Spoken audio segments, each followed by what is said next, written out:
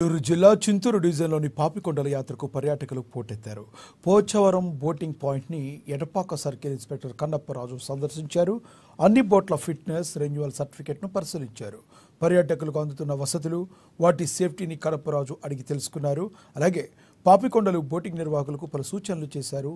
పర్యాటకులతో దురుసుగా ప్రవర్తించడం, వారితో అమర్యాదగా ప్రవర్తించడం చేస్తే కఠిన చర్యలు తప్పవని హెచ్చరించారు. బోట్లో ఉన్న ప్రతి ఒక్కరూ సేఫ్టీగా లైఫ్ జాకెట్ ధరించాలని, లైఫ్ జాకెట్స్ లేని బోట్ల యాజమాన్యాలపై పలు చర్యలు తీసుకుంటామని ఎటపాక సీఐ కన్నప్పరాజు హెచ్చరించారు.